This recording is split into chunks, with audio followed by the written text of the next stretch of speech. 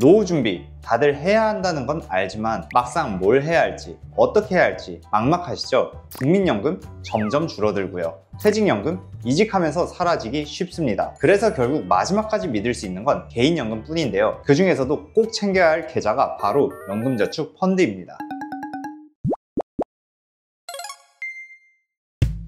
안녕하세요. 부해조보험의 구동규 팀장입니다. 보험, 적금, 주식 어디에 넣어야 될지 고민이 많으시죠? 하지만 제가 평생 꼭 챙겨야 하는 계좌 하나만 꼽으라면 주저없이 말씀드릴 수 있어요. 바로 연금저축입니다. 오늘 이 영상을 찍는 이유는 단순해요. 이 영상을 보시는 분들 중 단 한 분이라도 더 연금저축 계좌를 개설하게 만드는 것. 왜냐면은 지금 무심코 열어둔 작은 계좌 하나가 20, 30년 뒤에는 여러분의 노후 빈곤을 막아주는 가장 강력한 안전망이 될 수 있거든요. 오늘은 이 연금저축을 2025년 최신 버전으로 리뉴얼해서 알려드리겠습니다. 끝까지 보시면 이건 지금 바로 시작해야겠다 라는 생각이 드실 거예요. 그럼 연금저축이란 건 뭘까요? 이건 말 그대로 연금저축이라는 이름을 가진 하나의 독립적인 계좌입니다. 많은 분들이 헷갈리시는 게 시중에 연금이라는 이름이 붙은 상품이 정말 많거든요. 하지만 연금저축은 그 모든 것과 완전히 다릅니다. 핵심은 단 하나인데 연금저축 계좌를 가지고 있느냐 없느냐, 이게 곧 여러분의 노후를 좌우하는 가장 중요한 기준이 될 수 있습니다. 연금저축에는 지금 당장 느낄 수 있는 강력한 유인책이 하나 있어요. 바로 세제 혜택인데요. 처음에는 세액공제를 받으려고 시작했지만 그게 쌓이고 쌓여서 은퇴 시점이 되면 이 돈이 이렇게나 커졌네 하게 됩니다. 그리고 그 순간 든든한 노후를 맞이하게 되는 거죠. 자, 그럼 연금저축은 어떻게 활용을 해야 할까요? 먼저 증권사 연금저축 계좌를 개설하세요. 월급의 10% 정도를 자동이체로 설정해 두시면 좋습니다. 자, 개설을 하고 자동이체 등록이나 일부 입금을 마쳤다면 1년 동안 600만 원까지는 꼭 채우는 걸 목표로 해보세요. 그렇게 되면은 연말정산 세액공제 혜택을 받을 수 있거든요. 연봉 5,500만 원 이하는 16.5%를 공제받을 수 있고, 연봉 5,500만 원이 초과된다면 13.2% 공제를 받을 수 있어요. 이 혜택만 받아도 체감이 확 오실 거예요. 마지막으로는 55세 이후로 연금을 직접 수령할 수가 있는 단계인데, 은퇴 후에 매달 따박따박 연금을 받으면서 생활비로 쓰시고 남은 목돈은 계속 투자가 되면서 불안하게 됩니다. 그래서 흔히 말하는 마르지 않는 샘물 같은 연금이 만들어지는 거죠. 그래서 계좌 개설을 먼저 하시고 연간 600만 원을 입금 후 세액공제 혜택을 받고 55세 이후에 연금을 받기 시작하는, 이게 연금저축의 핵심 원리입니다. 600만 원을 꼭 채우지 않아도 많이 못 넣더라도 괜찮습니다. 10만 원, 20만 원부터 시작하세요. 여기서 가장 큰 문제는 이거를 실천하기가 매우 어렵다는 거예요. 저도 어릴 때는 노후 준비가 정말 필요할까? 라는 생각을 했습니다. 주변 어른들이 너는 90살, 100살까지 살 거야 라고 하셔도 전혀 와닿지가 않았죠. 그런데 지금은 달라요. 요즘은 특별한 지병만 없으시면 90세 이상은 거뜬히 사시거든요. 그러다 보니 나도 정말 100살까지는 살 수도 있겠구나 라는 생각이 강하게 들었어요. 문제는 여기서부터 생기는데, 수명은 늘었는데 일할 수 있는 시간은 그대로라는 거죠. 오래 사는 만큼 더 많은 돈이 필요한데 젊을 때는 또 쓰고 싶잖아요. 우리는 결국 이런 모순된 상황에 직면을 하게 돼요. 오래 사는 게 마냥 좋은 것만은 아닐 수도 있다는 거예요. 2021년도에 발표한 이 자료를 보시면 노후에 필요한 적정 생활비가 월 277만 원이라고 합니다. 1년이면 3,300만 원. 노후 기간을 40년으로 잡으면 무려 13억이라는 돈이 필요합니다. 노후 준비는 그냥 포기해야겠다 라는 생각이 들 정도죠. 젊음을 전부 희생해서 이 돈을 모으는 거는 현실적으로 불가능하잖아요. 그래서 노후 준비는 단순한 덧셈으로 계산을 하는 게 아닌, 우리는 긴 시간을 활용해서 노후 자금만큼은 반드시 투자를 통해서 준비를 해야 한다는 거예요. 우리나라의 노후 준비는 크게 3층 구조로 되어 있습니다. 첫째, 국가가 준비해주는 국민연금. 둘째, 회사에서 퇴직금을 기반으로 마련되는 퇴직연금. 그리고 셋째, 내가 직접 계좌를 열고 월급 일부를 넣는 개인연금. 이렇게 3층을 쌓아야 든든한 노후가 만들어집니다. 그래서 흔히 3층 연금, 3층 보장책이라고도 부르죠. 그런데 현실은 어떨까요? 국민연금은 예전 같지 않아 점점 줄어들 수 있고, 퇴직연금은 이직할 때마다 중간에 깨버리는 경우가 십상입니다. 결국 마지막까지 남는 거는 개인연금이라는 건데요. 그래서 노후의 모습은 결국 개인연금을 얼마나 잘 준비했느냐에 따라서 달라지는 거예요. 그리고 이 개인연금에 해당하는 게 바로 연금저축과 IRP라는 건데요. 물론 시중에서 연금이라는 이름을 붙인 상품이 많지만 진짜 핵심은 이 두 가지라는 점 꼭 기억하셔야 돼요.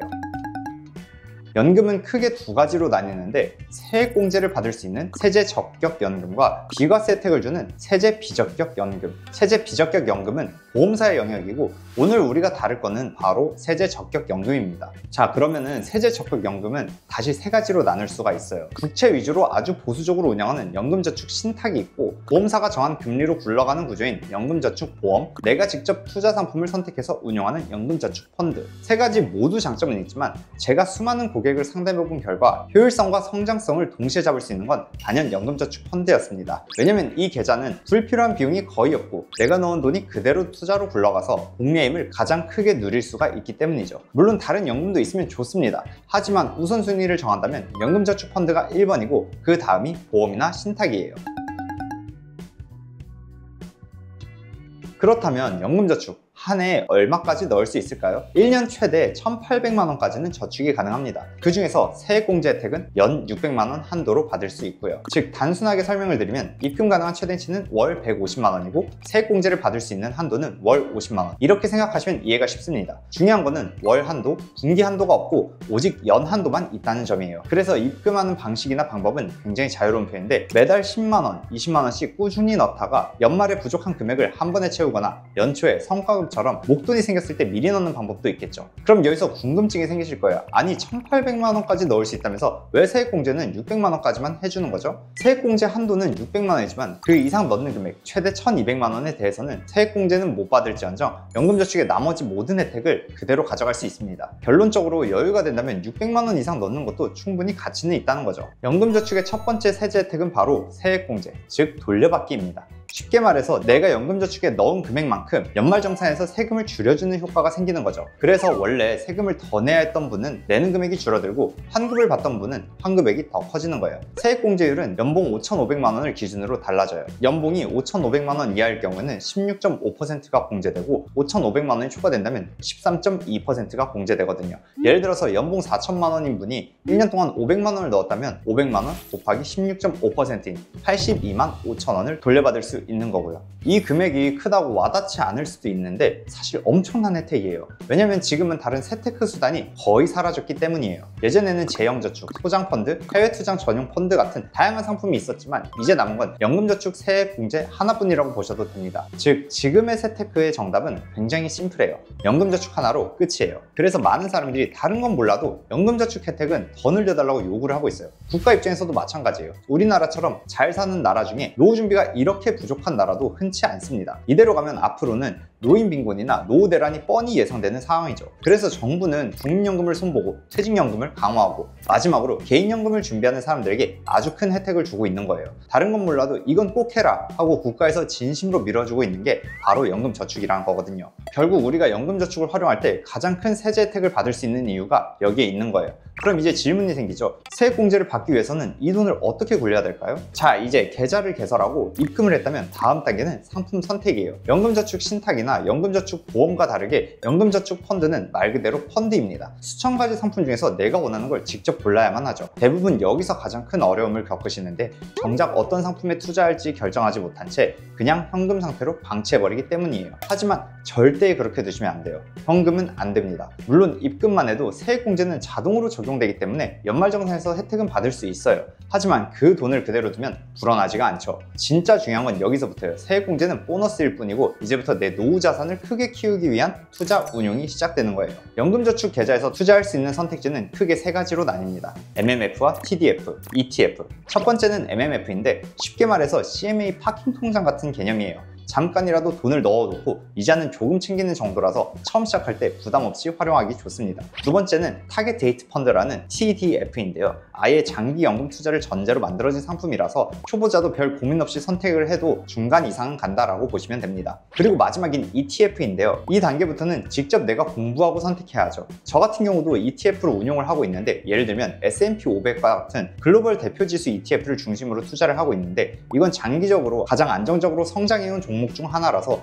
그래도 안전하게 운용한다라는 느낌으로 가져가고 있어요. 정리하면은 MMF, TDF, ETF 순서대로 공부하고 넘어가시면 되고 여기서 ETF까지 간다면 본인만의 자산 배분 전략을 세울 수 있습니다. 걱정할 필요 없어요. 연금저축 계좌는 종목 제한과 매매 횟수 제한, 수수료 부담이 거의 없기 때문에 조금만 공부하면 누구나 충분히 운용을 할 수 있으니까요. 연금저축의 두 번째 세제 혜택은 바로 과세 이연이에요. 쉽게 말해서 세금 밀어주기인데요. 여기서 중요한 건 세금을 안 내는 것이 아니라 내는 시점을 뒤로 밀어주는 것이라는 점이에요. 그래서 비과세가 아닌 과세 이연이라고 부릅니다. 보통 우리가 일반 계좌로 투자를 해서 수익이 난다면 이자 배당 소득세로 15.4%를 바로 납입을 해야 해요. 하지만 연금저축 안에서는 다르거든요. 싸게 사서 비싸게 팔아도 세금이 없고요. 배당이 들어와도 세금이 없어요. 즉, 계좌 속에서 발생하는 모든 수익은 세금을 떼지 않고 그대로 재투자가 됩니다. 언제까지 밀어주느냐? 바로 내가 이 돈을 연금으로 꺼내 쓰는 시점, 즉 노후에 연금 수령을 시작할 때까지입니다. 이게 당장은 체감이 잘 안 되지만 수십 년 동안 세금을 밀어줌으로써 복리후금리가 극대화됩니다. 예를 들어 20, 30대에 시작하면 30년, 길게는 50년 동안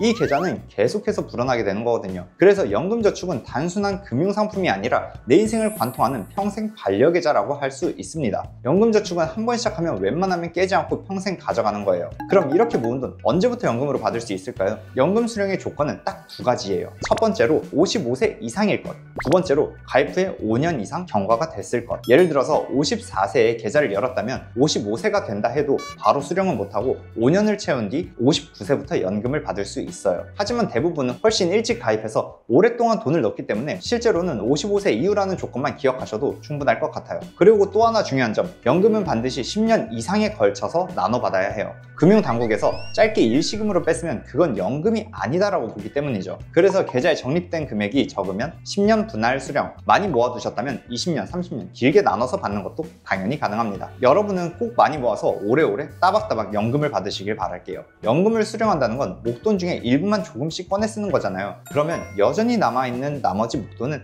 계속 투자에 활용됩니다. 즉, 내가 쓰는 만큼 새로운 수익이 발생해서 그 자리를 메워주는 구조, 바로 마르지 않는 샘물이 만들어지는 겁니다. 연금 부자의 목표는 거대한 한방 목돈이 아닌 내가 필요한 만큼 꺼내 쓸 때마다 다시 채워주는 흐름, 내 삶을 만족시켜주는 지속 가능한 샘물 같은 연금을 만드는 것, 이게 진짜 우리가 추구해야 할 목표라는 거죠. 다시 정리하면 원금 납입 시에는 13.2%에서 16.5%까지 세액공제를 받았고, 계좌한 수익은 15.4%의 과세가 미뤄졌고, 실제 연금 수령 시에는 3%에서 5%대 저율로 깎아준다. 게다가 이 세금은 수십 년 뒤 돈이 크게 불어난 아주 먼 미래에 내는 세금입니다. 시간 가치까지 고려하면 사실상 굉장히 작은 세금이라고 볼 수 있죠. 단 여기서 중요한 하나의 약속이 생겼죠. 연금저축은 반드시 연금으로 타서 써야 이 모든 혜택을 누릴 수 있다는 거예요. 그런데 만약 중간에 포기하고 계좌를 깨버리면 어떻게 될까요? 그동안 받았던 혜택을 몽땅 토해내야 됩니다. 세액공제 받은 금액, 계좌 안에서 불린 수익, 이 모든 것에 무려 16.5%의 기타 소득세가 부과가 돼요. 예를 들어서 13.2%의 세액공제를 받으셨던 분이라도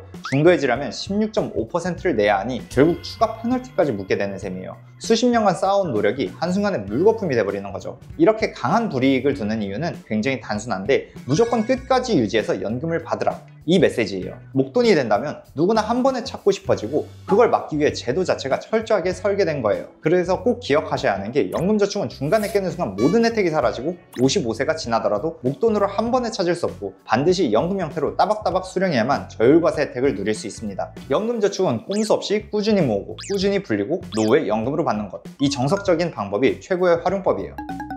자, 이제 궁금하시죠? 그럼 연금저축 어떻게 개설을 해야 할까요? 사실 정말 간단해요.